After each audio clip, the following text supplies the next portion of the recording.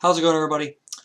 I wanted to give everybody a quick thank you, shout out, mad props. You guys have been awesome lately. The channel has been like on fire with feedback and comments and subscriptions and likes and views. It's been like I was like, wow. Took a look at the stats before I started this video. I was like, wow, that many more subscribers. It's like cool.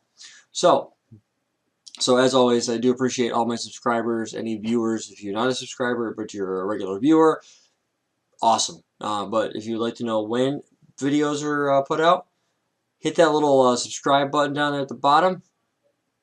Like the video if you do. I definitely encourage comments. Don't be negative though. Don't be negative. I'm not a negative person, so if you're gonna sit there like you suck, I don't really care if you think I suck. But if you got be positive with your comment or your feedback and stuff like that. Because I try to leave people feeling good about themselves by the time I'm said and done. So this video I wanted to cover, give you guys a quick shout out because you guys have been awesome lately.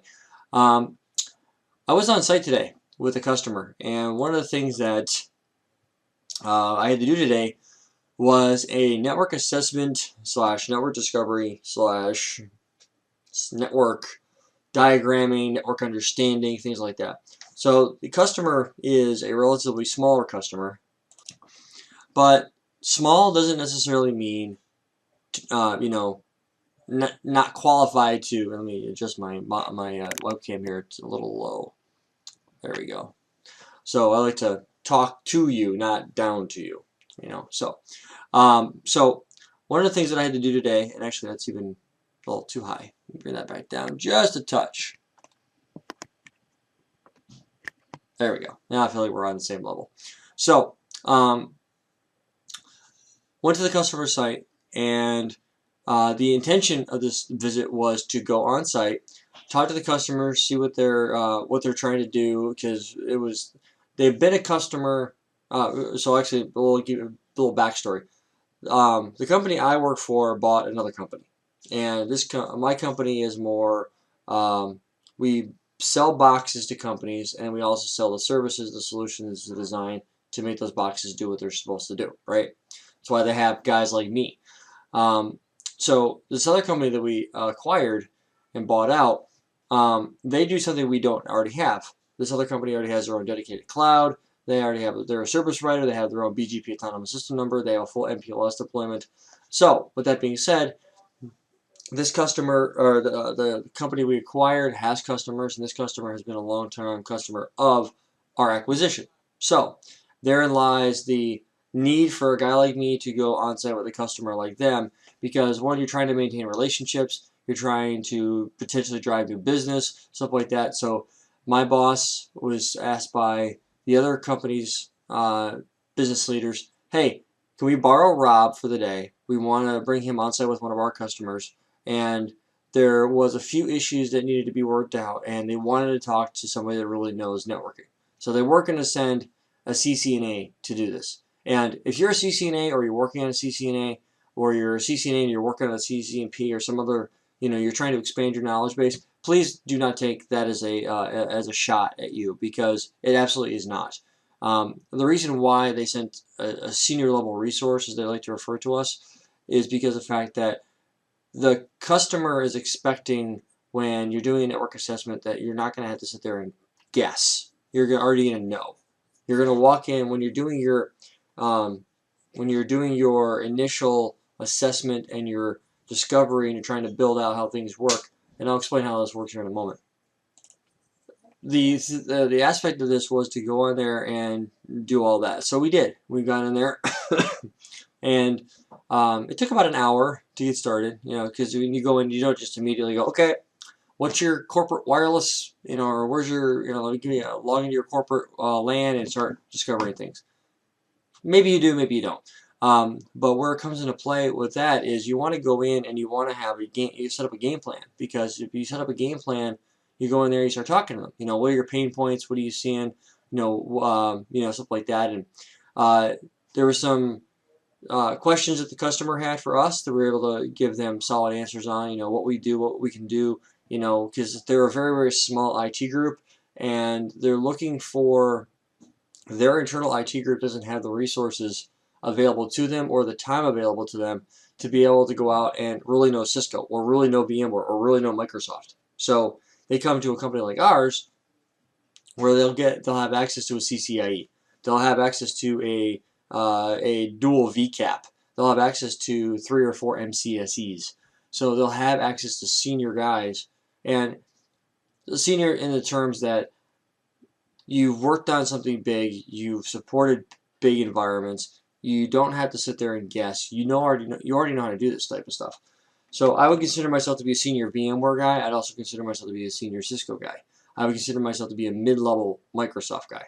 So anyway, the point of it was to go out there and do network discovery, go out there and see what their network was set up as, because the customer's had their environment for quite some time, and what they're looking for is a professional assessment of their current environment, and to go from there. So the current environment sits up.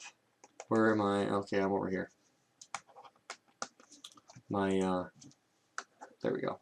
So the current environment is 5 different locations, and spread across the Midwest. Where they are specifically doesn't make a difference, because I wouldn't put customer information out there like that.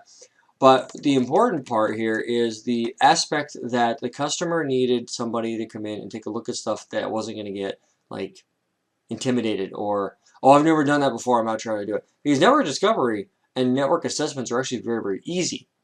Now, it depends on what the customer is trying to get out of the assessment and out of the discovery that you need to work on. And this is why I feel like this is a really, really big deal that most guys don't either have never done one or they might be intimidated by it. So really, to be honest with you, you don't have to be a CCIE to do a network assessment. What you need to do is, as long as you have the ability of using show CDP neighbors on Cisco boxes, show LLDP neighbors if you're on like an HP box or a Juniper box or something like that, those are capabilities that you have to be able to identify what's going on. So here's usually how I do it. The first question I ask is, put me on your edge. Okay, so put me on your router, wherever the router might be. So you have a router here. It doesn't make a difference what make or model it is. So it could be a Cisco 2811, it could be a Cisco 3945. That is irrelevant. Now, what it is doesn't make a difference. What does make a difference is when you're going through your assessment, what the customer wants. Well, they wanted to know the hardware platform, they wanted to know the software version. So I went in and I made sure that every site that they had, I worked from their edge south. That means I went from their edge to where the internet connection comes in, and I want to work down from there. So a quick show CDP neighbors, and you have a connection, regardless of whether it's an Ethernet or a fiber handoff, doesn't make a difference. How things are connected, how things are configured is irrelevant when you're doing a network assessment, as long as the customer has dictated to you that they're looking for non-configuration issues. Now, you're naturally going to go in and see some things in there, and you're going to be like, well, I'm not sure that's exactly the best place to put it, but, there's going to be obviously some things in there that are going to come into play. So, in this particular, I'm going to show you their main location. So they have a router. The router model is irrelevant, and they have a 3750 switch, right? This 3750 switch comes down, and they have fiber links. This is fiber here, and then they have 3 different sets of stacks. So they have, their stacks are all 3750 V2s and X's, and so let's pretend like that switch right here, this switch right here, and this switch right here are a bunch of stacked switches, just for brevity. So what they do is they have this connection going on here, and it connects to this guy, and then this guy connects to this guy, and this guy connects to this guy, right? So fairly easy connections. In the drawing, they had another switch sitting over here, which didn't actually exist, that they had lines going here, and they had lines going here, they had lines going here, and these guys were connected to each other. This is the ideal situation, because if this box goes down for whatever reason, guess what? Single point of failure. Now, their design is actually like this. This is their current design. their drawing that they handed me had a second switch in there with secondary uplinks. Their current design, the way that CDP showed up, and from what I can physically see in the rack, this is the current design. I refer to a box like this as a single point of failure. Why is that bad? Because if this box, for whatever reason, decides to go to lunch and not come back, or decides that it's not going to stop, it's going to stop working for whatever reason, maybe it's just tired of being in that building, guess what? This connection right here, everything here south is dead. Not good. Not good at all. So my recommendation to them was to immediately drop in a second 12-port switch. Immediately drop in a second 12-port switch. What I recommend is taking the router on a stick configuration that they have running on here and dropping all of that stuff on this bad boy. Get 2 by 24 port 3750Xs, and that would be the ideal situation. And then from there, what you do is these connections right here, 3750Xs, the 24 and the 48 port variations, have a network module connection here that enables you to either use 1 or 10 gigabit per second uplinks. Now, you may not need 10 gigabits per second, but maybe you do need 10 gigabits per second. Who knows? You never do. So, at least from a consulting perspective, you never know. So what I decided, I told them, I was like, and I'm still putting the assessment together. There's a handful of little things that I need to make sure that they have under control.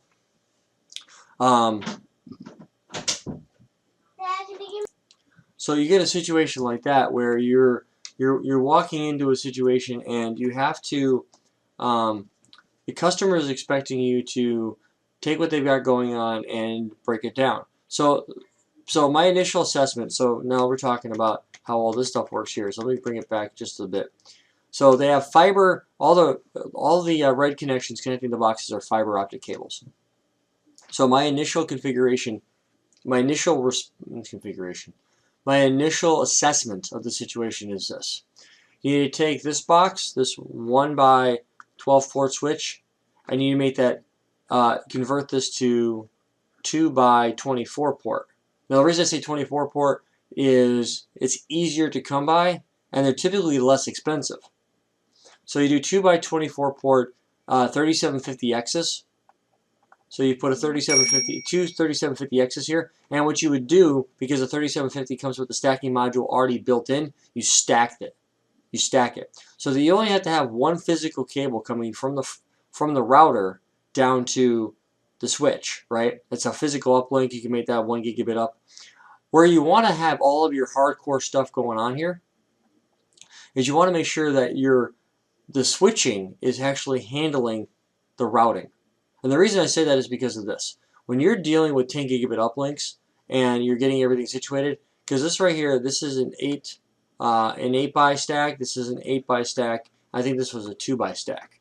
So by having 2 switches in here, the configuration would still look like this, or I'm sorry, the logical layout would still look like this. The physical layout would be a secondary switch in here. So just draw a line in here, and this would be your secondary switch. You stack them together, it looks like one, and then you run you run a 10 gigabit link to here down to each one of these sites. And the way I would do it is I would make sure that I get all 4 10 gigabit, and I would run one switch, and you would have to play with it a little bit. Obviously, because you'd have it set up the way you would need it, you would actually need 6 uplinks, because you never want to put everything in just one physical uplink, because in case there's a failure. So 2 uplinks in each one. So as long as you can get the 4-port module, the 4-port network module that is 4 10 gigabit uplinks, then you should be fine. Go that route, and I don't know if they exist. That's why I kind of hesitated when I said that, because I don't know if that module physically exists. So if not, you'd have to add in a 3rd switch here to handle that. This way here, you'd have the redundancy in here to where if one of these switches failed, then it wouldn't make a difference. You'd be able to go in there and be able to pull that back up and move forward. So by doing this here, you actually are able to come in here and run the links down to where they need to be. So in the process of doing that, you go through and you're taking your uplinks and you're dropping them down for 10 gigabit. Now if you don't need 10 gigabit, no big deal. Is it going to make or break your network? No. But what I would recommend is anytime adding a second switch in here making it a stack, and then port channeling here, and port channeling here. But you want to make sure that you maintain the triangle. Now, from a logical perspective, if you have a stacking setup like this, where these two switches are stacked together, and it's a 32 or 64 gigabit backplane, and then you have, say, this switch, you have a switch here, you have a switch here, because this is what the actual breakdown I'm going to recommend that they run with, is you have a network module that comes down to here, a network module that comes down to here, so that all the switches have connectivity to where they need to go, and then you do that, something like that, right? So by doing this, because these switches because this up here looks like one big switch, it would actually just be a single connection going down to each one. But the physical connections, you would bundle them into a port channel. So this way here, if there's a failure on this link, it's not going to take down the switch stack. It's still going to be able to fail over to the other one because of the fact that the backplane is just extended. So that's the recommendation I'm going to make to them. The other one that they could do, but I think it's outside of the scope, or more or less outside of their budget, is to go with the 6880 and the instant access switch. Now, if you're not familiar with this technology, the 6880 is pretty much the newest platform in the 6000 series chassis that Cisco's put out. And the cool thing about this is, if you're familiar with the Nexus, the 7K and the 5K and the Nexus 2000, and what they refer to as the fabric extender, or the FEX, what you basically do is the FEX acts at the top of rack switch, where the FEX sits in here at the top of the rack and just sits right here. All your servers are plugged in here, and what you end up doing is you go through and you run the cabling inside the rack up to the FEX.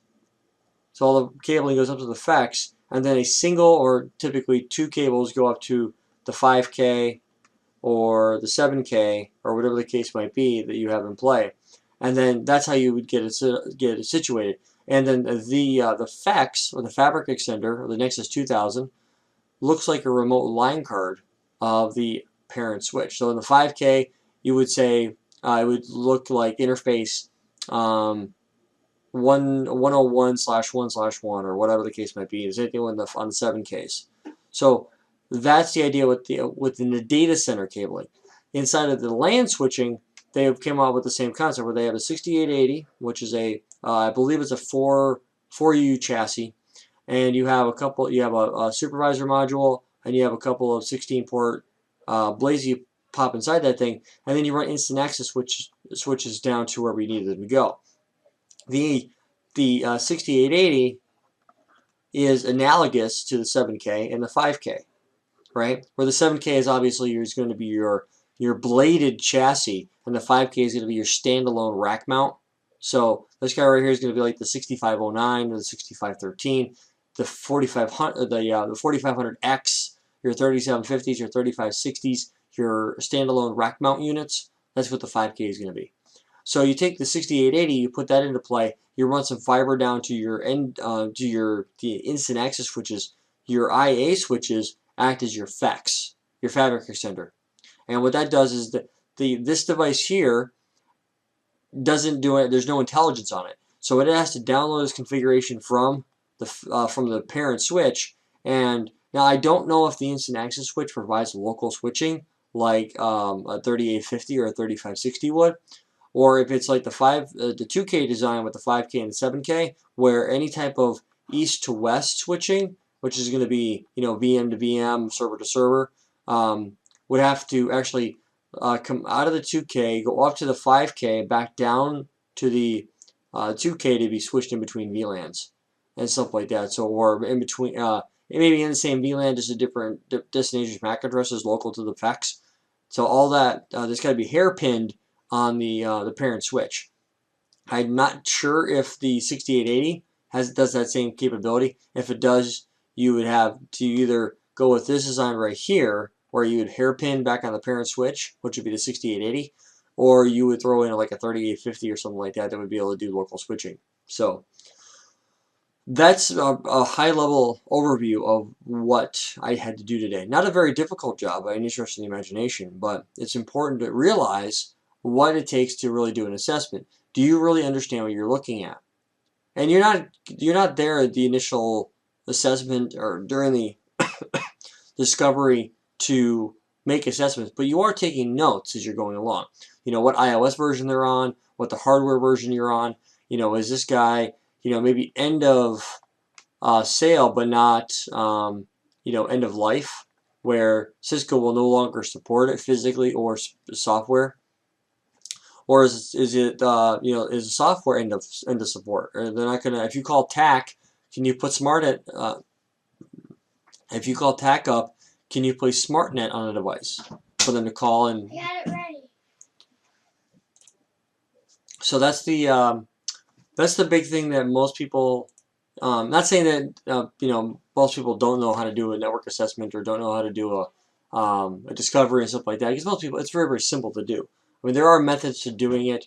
Like for instance, one of the things that I did when I was there is I did an advanced IP scanner. It's a just if you Google advanced IP scanner, it's just GUI that you just type in the subnet you want to scan, and it's going to go out there and scan it. And that's all I did is I went out there, I scanned it, and I found a bunch of switches, and then I just typed in the IP addresses and, you know, into Super Putty, and I built them out, and I built out their network, and I just, you know, as I was connecting to something, I would do, you know, show CDP neighbors, and then whatever the device name was and whatnot, and the port that it was connected to. I wasn't so much worried about the port-to-port mappings. I was more interested in saying, okay, if I see this box here, and show CDP neighbors, but I do a show CDP entry and then the host name, I can get more detail from it as long as it's using CDP version 2, which on newer devices that's running by default. Then you can go in there, you can grab the hardware platform, you can grab the software platform, you can grab, you know, any other details that are going on. Like if they're using SFPs and you can't tell that by looking through CDP, but you can log into the device and do a show inventory, see what's configured, and see if that interface is up, then you know they're using fiber. So that's all I did all day. And I think it was about 60 devices in about 3.5 hours. So I went through and, you know, it just takes time to log in. It takes time to type in passwords. It takes time to write things down. And I've got like probably a half a dozen pages of a notebook that I wrote in, you know, different hardware platforms and stuff like that and where they're at. So now I've got to go in there and I've got to say, okay, this guy right here is end of support here, end of life there. I would recommend you upgrading to this particular area here and give my assessment and go back to the customer and say a week from now and say, okay, this is what I found, this is what we think, you know, how do you want to handle this? Because a lot of times customers don't buy SmartNet. What they'll do is if they already have SmartNet, they'll drop it and they'll buy a couple of a couple of spares in the process, and then they'll go fall back to that. Where if they have a network outage of some type, they just have to pop in a new switch and they're done. They're not looking for the 4-hour turnaround window that Cisco offers with that 24/7/4, and they'll get you a new box within 4 hours of an outage. So you don't have to worry about that. Your network is down for 4 hours. You know, this way here, you know, the network is down for as long as it takes somebody to rack a switch in place and get it, you know, up and operational. So it really depends on where you're trying to go with it and how you're going to do it, but that's typically how I do a network assessment, and this is very, very I would definitely say very elementary, and not saying that only because of the fact that the customer only wanted to know hardware and software things and didn't want to really go into the meat and potatoes of, you know, hardcore this, hardcore that. But part of the assessment and the discovery is saying, okay, you're doing this, I would recommend you go here, because they've got some stuff in the place where they've got some daisy chaining of switches in play, where normally what I recommend is if you're going to have a switch stack in place, or a switch as the head end, you connect all of your other switches to that one device. Now this is still a single point of failure, but that's better than, you know, if all switches go down, you have to pop in a new switch, and then you plug in all the old switches back in. Where let's say for instance you have them like this, where they're just daisy chained together, and you go down the line, and if this guy connects to this guy connects here, this guy connects there, if this link goes out, then all these guys lose it. I mean, it's just a different perspective on this. It's the same design, but a different cabling method. And by doing it here, if this switch goes out, all you gotta do is plug the new one in. I mean, I guess both ways can be argued. I just prefer this way here. This because of the fact that I prefer that way. Normally what you would do is you would have this in a stack formation, and you would have it set up like that, and then you would have all your your switches below that connecting into this one because it looks like one logical switch. You'd have a cable coming out of both switches down to all the other ones, and do something like that. So you'd build it out per switch. So you'd take your master stack, that's going to be your core, and then you're going to your leaf switches, whether they're 4, 5, 6, 7 stack switches or whatever your method to deployment is, or a chassis switch for that matter. You make sure you run a link from that box to the top switch and a link from that box to the bottom switch, so that in case there's any type of failure in the network, you still have failover capabilities in place. And that goes back to the video I did where it says basic network design. Do you understand what ends up happening if you have this? I mean, it's basic redundancy at the end of the day, but it's important to understand the logic behind it, because if you go in there into a network and you're just kind of shooting from the hip. I never shoot from the hip unless I'm troubleshooting and I'm just trying to see if this will fix it. Then I'll try something. But most of the time when I'm walking in, I'm doing an assessment. It's taking a high level of a look, and then I start digging into each section as I have to go. So I have quite a bit of information I have to put into a big spreadsheet. I have to draw out some Visios. I have to figure out what I'm going to do and go from there. But at the end of the day, that's typically where I like to go and how I like to get it done. So you could go out there and do like SNMP polling and stuff like that, but I find it I'm able to map the network out much faster by just manually logging into a handful of boxes, and that's assuming the network is small enough to be able to support that. If you've got a network of 10, 20, 30,000 nodes that you need to map out, you would more than likely want it to default to some sort of software like NetBrain that'll map out your network for you and let you know what's going on. But I mean, at the end of the day, it really depends on what your needs are and go from there. So I really hope that you guys are enjoying these videos. I like to be bring a lot of real world experience to the table when it comes to this stuff that I deal with. I was just on site with this customer today, so it's very, very fresh, and I'm kind of just going rehashing what I've already covered. I do have access into their network still through their IT manager, so he's been really cool about that. But at the end of the day, to me, if I can share a little bit of knowledge with you guys, I'm absolutely going to do that. So, you guys have been awesome. I'd like to continue to thank you for all your support. It's been really, really cool. So until the next time, take care of each other. Peace out. I can't find the stop. There we go. There's the stop button. Take care, guys.